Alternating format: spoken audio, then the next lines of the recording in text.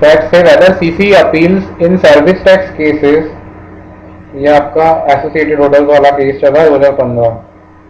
Weather CC appeals in service tax cases under section 85 of finance act 2015, sorry finance act 1994, finance act 1994, finance act 1994 can refer the cases for fresh adjudication.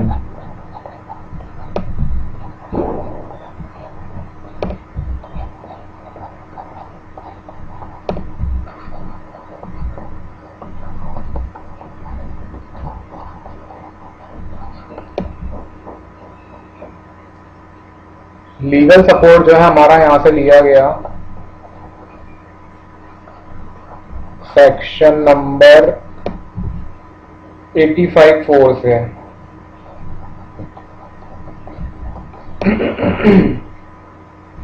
ये section हमारा बोलता है कि CCE appeals जो है, CCE appeals shall have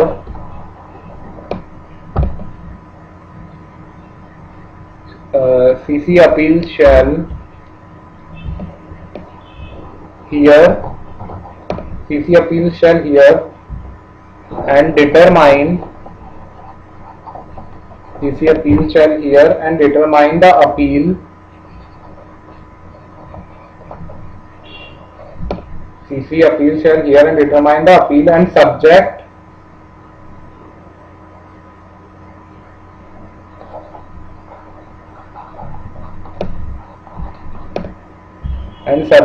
to the provisions of this chapter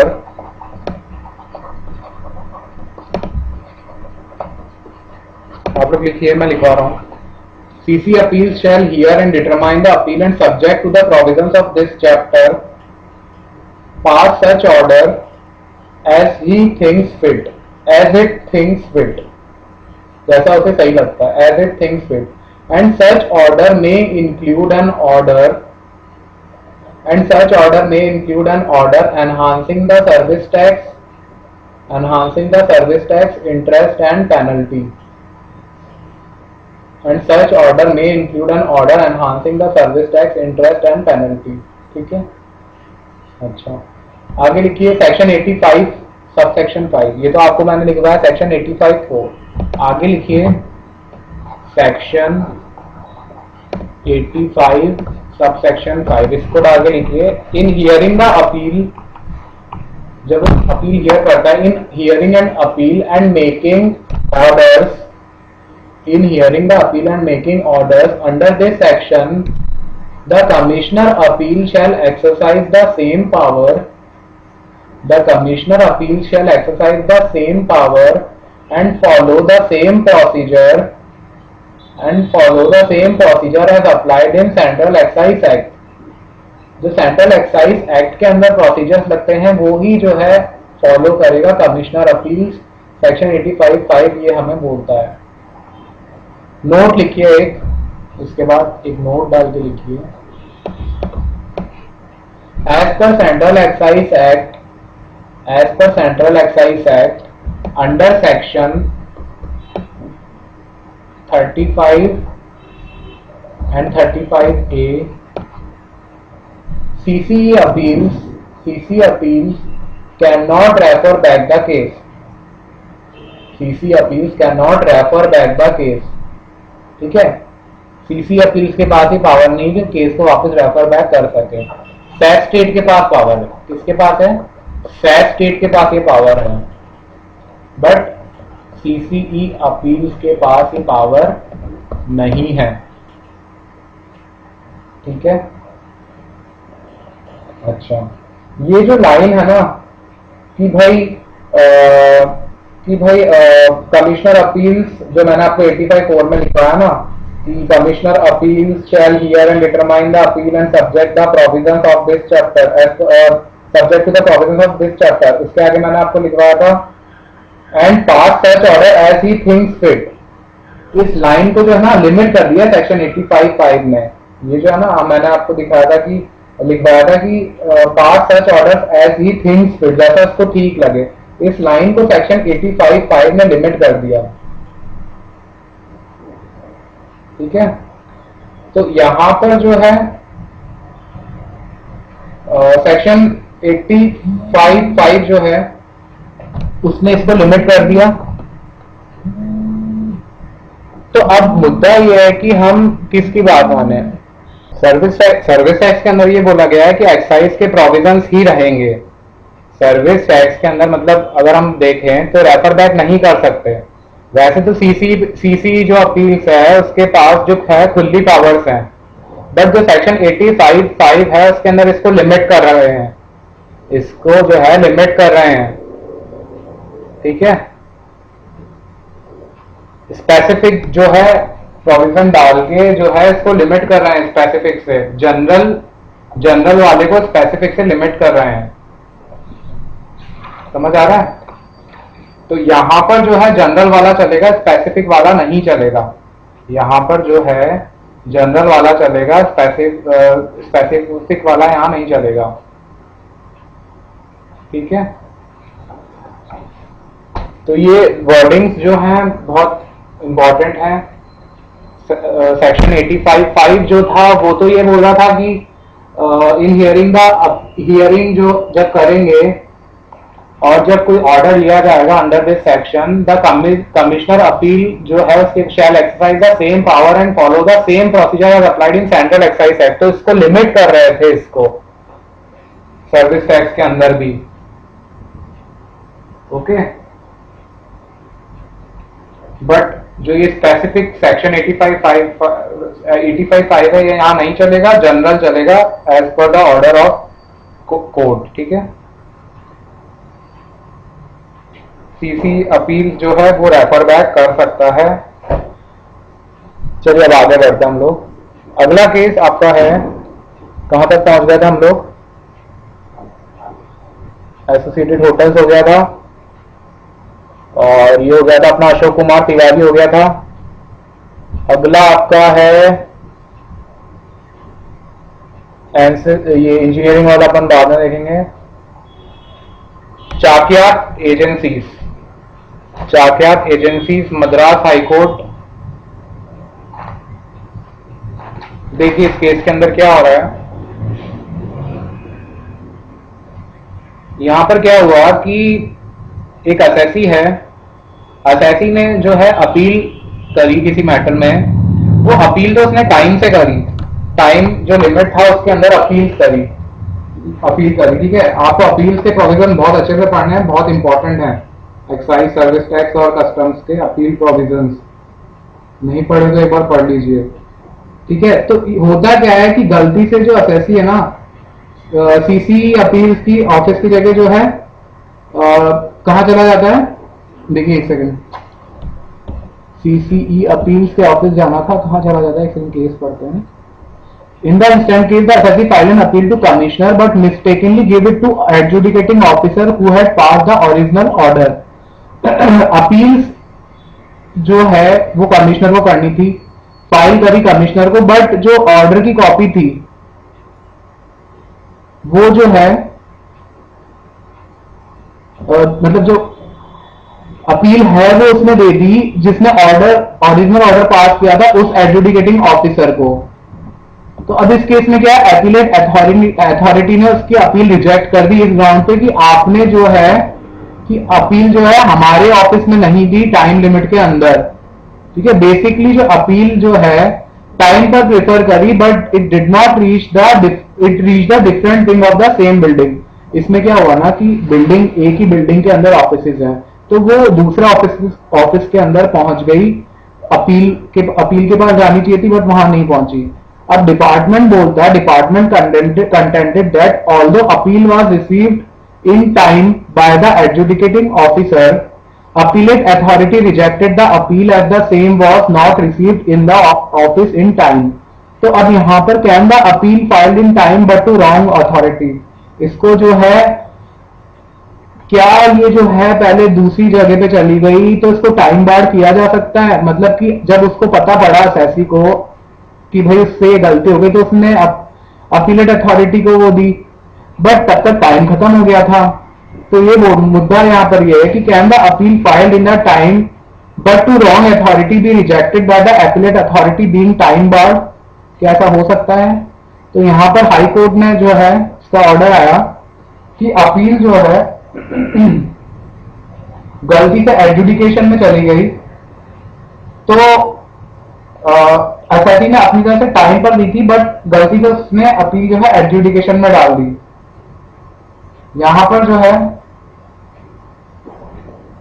mistake हो गई SSC से, ये इंटेंशनल नहीं था। यहां पर जो है मिस्टेक हो गई, ये इंटेंशनल नहीं था। सो यहां पर इसको वैलिड माना गया है, एक्सेप्ट कर लिया जाएगा एसएससी का कंटेंशन, बिकॉज उसका इंटेंशन गलत नहीं था। आप लोग एक बार रीड करना, इसके अंदर यही लिखा हुआ है।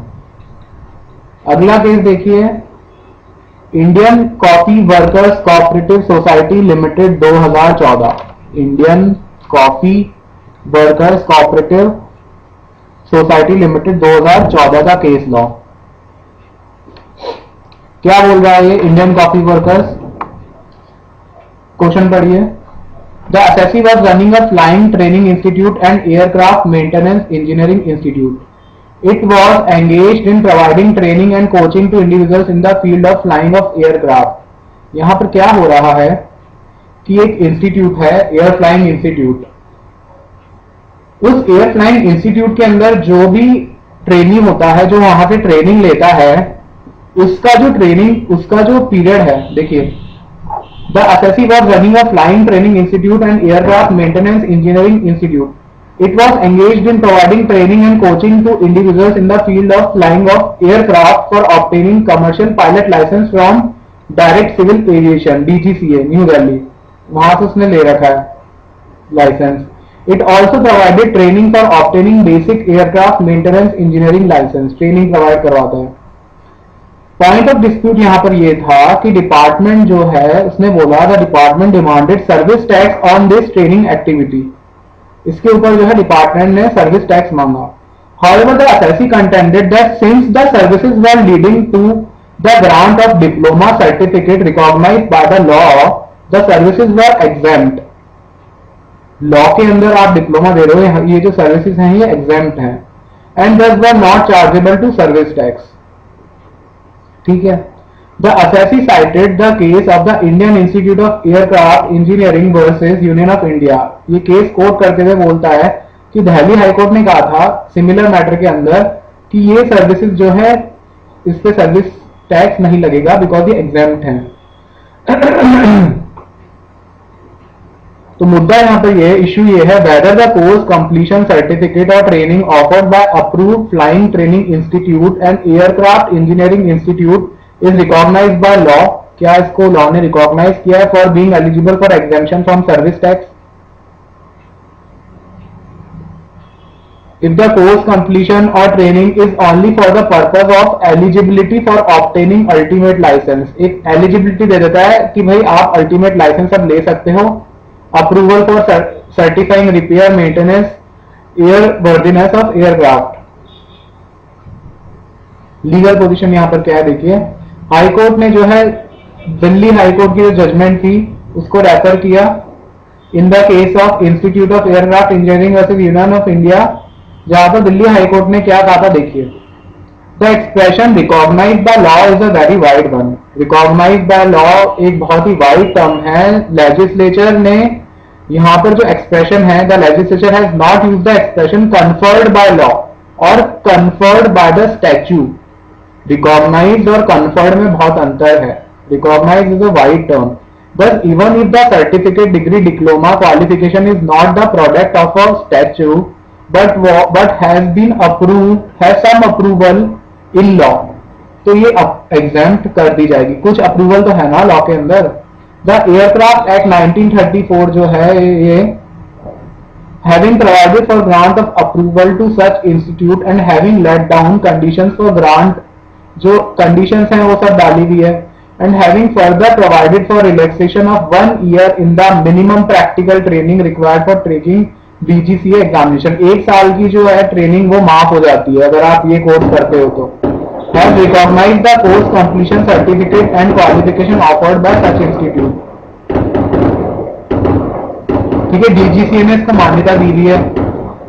देखिए थर्ड पॉइंट देखिए, educational qualification recognised by law will not cease to be recognised by law merely because for practising in the field to which the qualification relates a further examination held by a body regulating that field of practice is to be taken। कहने का मतलब ये है कि DGCA final examination ले रहा है, तो फाइनल एग्जामिनेशन डीजीसीए ले रहा है, तो ये बोलते हुए जो एजुकेशन क्वालिफिकेशन लॉ के अंदर रिकॉग्नाइज की हुई है, ओके, तो उसको आप रिकॉग्नाइज करने से मना नहीं कर सकते। An education qualification recognised by law will not cease to be recognised by law merely because for practising in the field to which the qualification relates. ठीक है, तो वो जो ट्रेनिंग जो इंस्टीट्यूट है उसकी जो रिकॉग्नाइजेशन है उसको भी आप मानेंगे। कंक्लूजन देखिए, the high court upheld the decision of the tribunal and held that revenue had not been able to persuade the court to take a contrary view।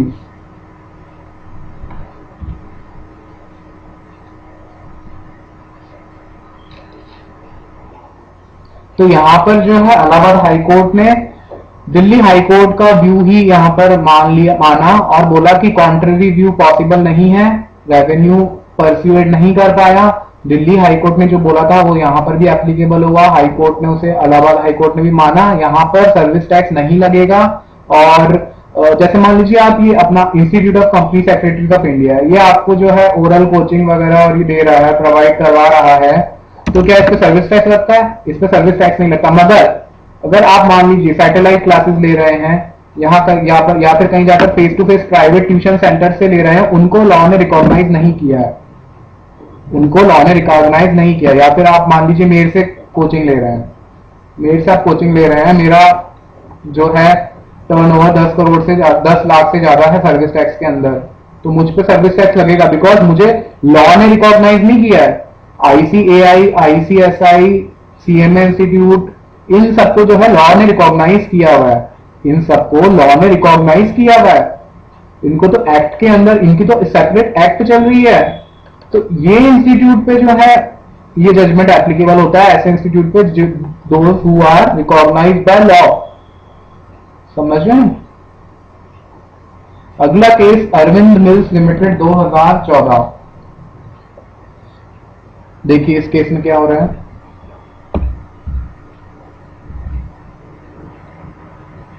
Assessee engaged in manufacturing of fabrics and ready-made garments.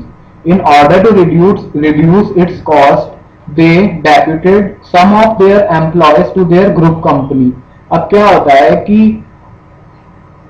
ऐसा कोई time period होता है जिस time आपकी company में जो है employees जो हैं खाली बैठे हुए हैं, उनके पास काम नहीं, तो आपने अपनी ग्रुप कंपनी के अंदर उनको डिप्लॉय कर दिया ताकि आपको जो वो आइडियल टाइम है उसका यूटिलाइज हो सके। ठीक है, तो अरविंद लिमिटेड ने अपने एम्प्लॉयज को अपनी ग्रुप कंपनी में, उसकी ही ग्रुप कंपनी है उसमें डिप्लॉय कर दिया। ठीक है, और वो जो ग्रुप कंपनी है आगे देखिए क्या बोला था, employ deputed did not work exclusively under the direction और supervision of the subsidiary company and upon completion of the work they were repatriated to the assessee company. ठीक है, तो इसमें क्या हो रहा है ना कि जो सब्सिडरी कंपनी है, मतलब जो ग्रुप कंपनी है, मान लीजिए बी लिमिटेड जो है वो ग्रुप कंपनी है, ए लिमिटेड ने अपने एम्प्लॉयज अपनी ग्रुप कंपनी के लिए दे दिए बी लिमिटेड के लिए, ए लिमिटेड ने अपनी ग्रुप कंपनी के लिए, इधर देखिए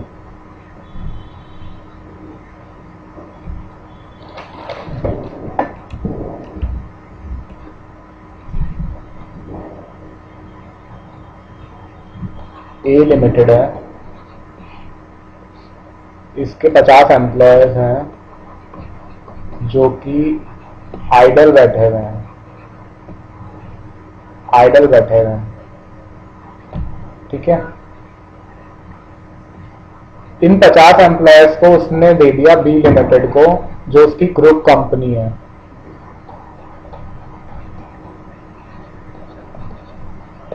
ठीक है।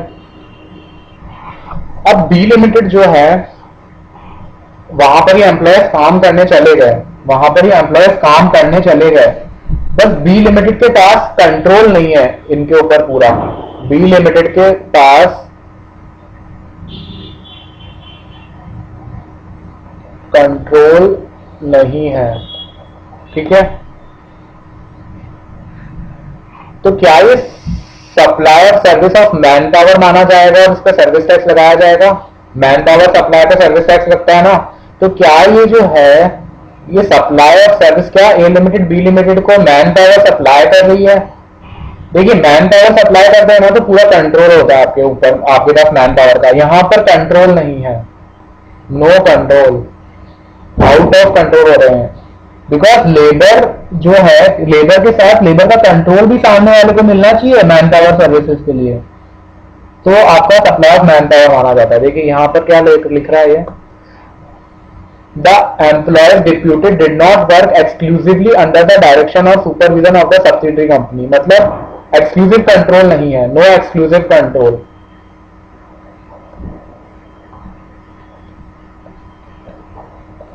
नो exclusive control,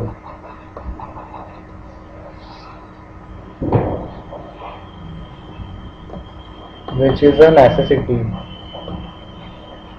ठीक है।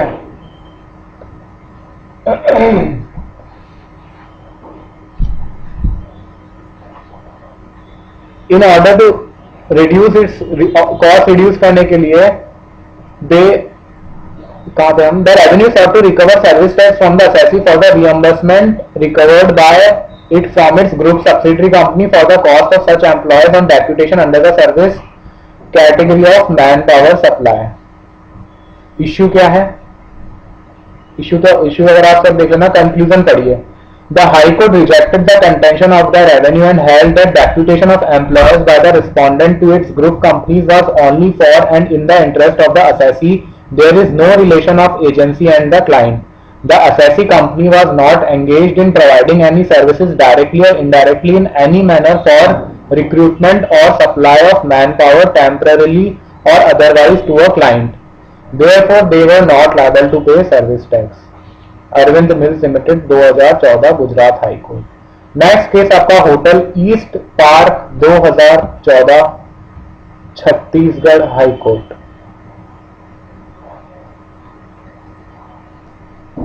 ईस्ट पार्क लिमिटेड, देखिए क्या बोल रहा है। Whether section 66E1 of Finance Act 1994, which levies service tax on service portion of activity wherein goods being food or any other article for human consumption or any drink is supplied in any manner as a part of activity, is ultra vires the Article 366 of the Constitution, 366(29)(f). Question क्या है? The substantial question of law which arise before the high court, whether any service tax can be charge on sale of an item और vice versa. Sale पे क्या service tax होगा? Whether in view of article 366 2AF service is subsumed in a sale of food and drinks and whether such article is violated।